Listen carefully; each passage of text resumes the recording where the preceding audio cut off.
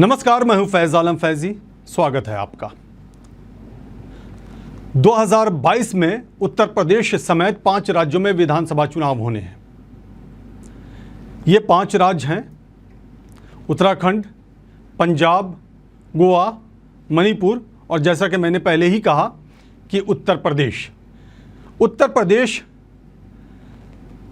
का रुतबा भारतीय राजनीति में सर्वाधिक माना जाता है। उसकी वजह यह है कि उत्तर प्रदेश राजनीतिक रूप से देश का सबसे बड़ा राज्य है। उत्तर प्रदेश में 403 विधानसभा सीटें हैं, 80 लोकसभा सीटें हैं, जो किसी राज्य में नहीं है।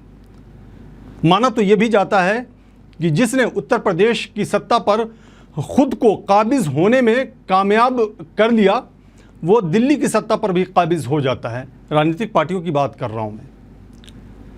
उत्तर प्रदेश में किसकी सरकार बनेगी 2022 में, इसको लेकर के अभी से तमाम राजनीतिक पार्टियां अपनी अपनी तरफ से कोशिशों को तेज करती दिख रही हैं।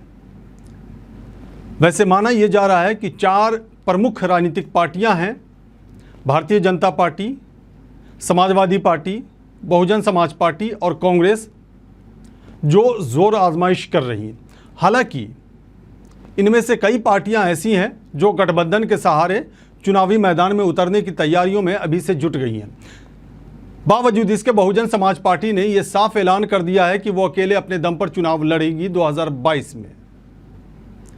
समाजवादी पार्टी की अगर बात की जाए तो समाजवादी पार्टी के मुखिया और पूर्व मुख्यमंत्री अखिलेश यादव ने पहले ही घोषणा कर दी थी कि उनकी यानी सपा की उनकी जो पार्टी है सपा का गठबंधन आरएलडी से होगा, महान दल से होगा और भी दूसरी छोटी पार्टियां इसमें शामिल हो सकती हैं। लेकिन वैसी पार्टियां इसमें शामिल नहीं होंगी जो बड़ी पार्टियां हैं, जिनके साथ पहले ही अखिलेश यादव ने गठबंधन करके अपनी किस्मत को कई मौक़ों पर आजमाया है। ख़ास करके अगर बात करें 2019 लोकसभा चुनाव की, तो समाजवादी पार्टी ने मायावती की बहुजन समाज पार्टी के साथ गठबंधन किया था, लेकिन समाजवादी पार्टी को कोई ख़ास कामयाबी नहीं मिली। 2017 की अगर बात की जाए तो 2017 विधानसभा चुनाव में समाजवादी पार्टी ने कांग्रेस के साथ गठबंधन किया था, लेकिन यहां भी कांग्रेस के साथ गठबंधन करने के बावजूद समाजवादी पार्टी को काफ़ी नुकसान उठाना पड़ा, जबकि 2012 से 2017 के बीच समाजवादी पार्टी उत्तर प्रदेश की सत्ता पर काबिज थी। इसलिए अखिलेश यादव ने यह साफ ऐलान कर दिया है। लेकिन दिलचस्प बात यह है कि जिस आरएलडी को लेकर के अखिलेश यादव ने यह ऐलान किया है, उसी आरएलडी के मुखिया जयंत चौधरी ने यह कहा है कि 2022 की बातें 2022 में। आखिर वो कहना क्या चाह रहे हैं, इसको लेकर के भी कई तरह की अटकलबाजियों का दौर शुरू हो गया है। आपको पता ही है कि उत्तर प्रदेश में किसान आंदोलन चल रहा है और किसान आंदोलन के सहारे भी राजनीतिक हित साधने की कोशिशें परवान चढ़ती दिखाई दे रही राजनीतिक पार्टियों की तरफ से। किसान एक बड़ा मुद्दा है, न सिर्फ उत्तर प्रदेश में बल्कि देश के कई राज्यों में, बल्कि अगर ये कहा जाए कि पूरे देश में तो गलत नहीं होगा। भाजपा इस उहापोह की स्थिति में है कि आखिर इस किसान आंदोलन से कैसे निपटा जाए, कैसे इससे पार पाया जाए। क्योंकि अभी आपने ही देखा हाल में लखीमपुर खीरी में किस तरह से हिंसा हुई और कई किसानों की मौत हुई। कुल मिलाकर के 8 से 9 लोगों की मौत हो गई लखीमपुर खीरी में, जिसको लेकर के सियासत काफ़ी तेज़ हो चुकी है। बहुजन समाज पार्टी की अगर बात की जाए तो 4 बार मायावती, जो बहुजन समाज पार्टी की प्रमुख है मायावती, 4 बार उत्तर प्रदेश में मुख्यमंत्री रह चुकी हैं। 2007 में पूर्ण बहुमत के साथ बहुजन समाज पार्टी ने सरकार बनाई थी उत्तर प्रदेश में, लेकिन 2012 में शिकस्त का सामना करना पड़ा। 2017 में तो प्रदर्शन काफ़ी ख़राब रहा बहुजन समाज पार्टी का उत्तर प्रदेश में। लेकिन इस बार मायावती ने कुछ अलग ही अंदाज़ अपनाया है और मायावती की ये कोशिश है कि 2022 में 2007 वाला प्रदर्शन ही दोहराया जाए।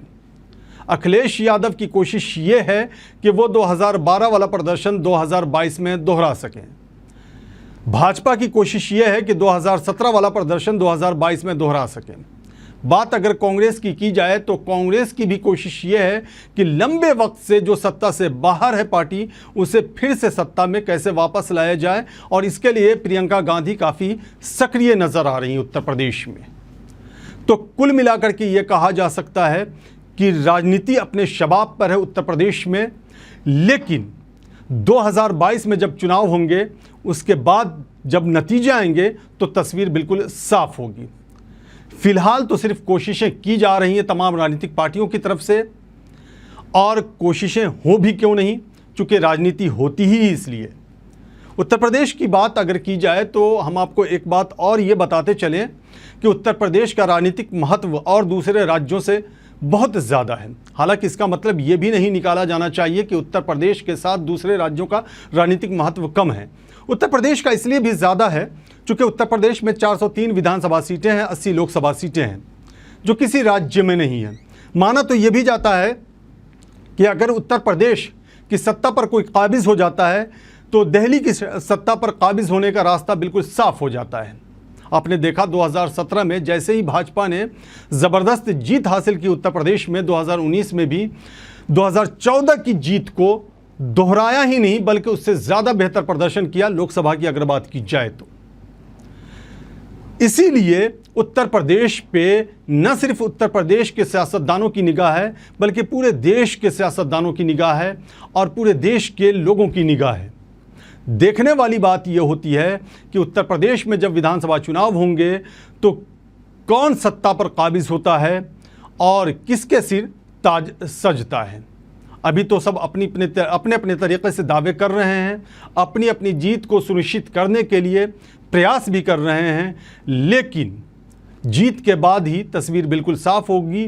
किसान एक बड़ा मुद्दा है और किसान के सहारे ही राजनीति होगी उत्तर प्रदेश में। अगर बात की जाए, वैसे 5 राज्यों में चुनाव हो रहे हैं, पंजाब में भी इसका काफ़ी असर है, उत्तराखंड में भी इसका काफ़ी असर है, गोवा में भी चुनाव हो रहे हैं, मणिपुर में भी चुनाव होने वाले हैं 2022 में। आखिर में सिर्फ इतनी बात कही जा सकती है कि उत्तर प्रदेश की राजनीति में जीत दर्ज करके जो आगे बढ़ेगा वही 2024 के लोकसभा चुनाव में अपनी जीत सुनिश्चित करने के लिए पूरी तरह से आश्वस्त होगा और फिर दिल्ली की सत्ता पर काबिज होने की कोशिशों को वो पूरी तरह से आगे बढ़ाएगा। हम इसी तरह से और भी बहुत सारे मुद्दों पर समीक्षा करते रहेंगे और आप तक अपनी समीक्षात्मक रिपोर्ट को पहुंचाते रहेंगे। तब तक के लिए हमें इजाज़त दीजिए। नमस्कार।